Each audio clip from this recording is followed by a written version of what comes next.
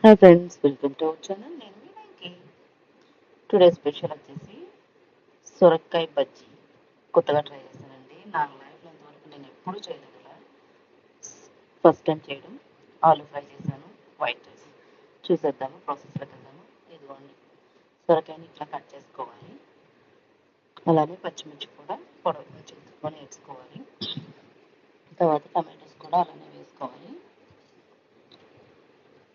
అందులోనే వెల్లుల్లిపాయ రెబ్బలు వేసుకోవాలి. నేను రికార్డ్ అయిపోతుంది అనుకుని ఆన్ చేస్తానండి, రికార్డ్ అవ్వలేదు, సారీ. అవన్నీ వేసేసాక మళ్ళీ ఊరికే షోకి అలా వేస్తున్నాను అనమాట.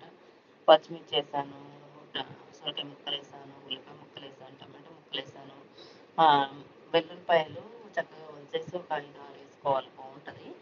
దాంట్లోనే కొంచెం చింతపండు కూడా వేసుకోవాలి. ఉప్పు, పసుపు, కారం. ఉప్పు వేయకూడదులేండి, ఉప్పు రుబ్బుకునేటప్పుడు వేసుకుందాము. ఓకేనా? వీటన్నిటిని వాటర్ వేసి చక్కగా ఉడకబెట్టాలి. ఓకేనా?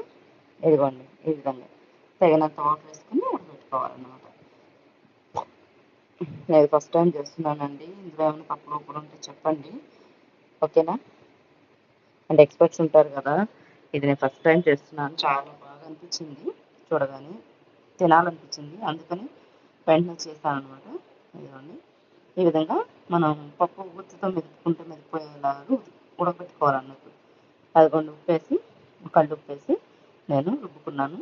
నేను చింతపండు ముందు వేయలేదండి, ఎందుకంటే మీకు తెలియాలని చెప్పాను. నేను చింతపండుది పేస్ట్ ఉంటే వేసుకుంటున్నాను. నేను నా దగ్గర చింతపండు అయిపోయిండే, ఇది ఎమర్జెన్సీలో పెట్టుకుంటాను, అది వేసాను అనమాట. ఏమనుకోకండి గైస్. చూడండి, చక్కగా దాన్ని మంచిగా మనం పోపు తాలింపు వేసుకోవాలి. వెల్లుల్లి, కరివేపాకు, ఎండుమిర్చి, పోపులు అన్నీ వేసుకుని చక్కగా ఆవాలు, జీలకర్ర అన్నీ వేసుకుని చక్కగా పోపు వేసుకోవాలి. ఆ పోపుతోనే టేస్ట్ పెరిగిద్దంటండి, గుర్తుపెట్టుకోండి. ఓకేనా? ఇది ఆలు ఫ్రైకి ప్రిపేర్ చేస్తున్నాను అనమాట. ఉల్లిపాయలు, పచ్చిమిరకాయలు చక్కగా వేయించేసి కరివేపాకు పోపు పెట్టేశాను. తర్వాత ఆల్రెడీ నేను ఉడికించుకున్నటువంటి ఆలు కూడా వేసేసి యాజ్ ఇట్ ఈజ్ ఉప్పు కారాలు వేసేసి చక్కగా ఫ్రై చేసి పెట్టేస్తాను. ఇదిగోండి, ఆలు ఫ్రై ఇట్లా అయింది, కొంచెం డ్రైగా అయింది, బాగుంటుంది, బజ్జీలోకి బాగుంటుంది అనేసి చేశాను. అంటే ఇది కొత్త వెరైటీ చేశాను కదండి. ఇంట్లో మా పిల్లలు ఒకరు తింటానంటే ఒకరు తిన్నంటారు, దానికోసం అనేసి ఆలు ఫ్రై కూడా చేశాను. మనకైతే నార్మల్గా అయితే ఈ సొరకాయ బజ్జీతో తింటే చాలా బాగుంది. మా వారైతే సొరకాయ బజ్జీతోనే తిన్నారు, ఆలు ఫ్రై కూడా వేసుకోలేదు. చాలా టేస్టీగా ఉందంట, బాగుందన్నారు. Thanks for watching. ఇలాంటి కొత్త కొత్త రెసిపీలు ఏమన్నా ఉంటే ట్రై చేయాలనిపిస్తే మాత్రం ఖచ్చితంగా ట్రై చేస్తూ ఉంటాను.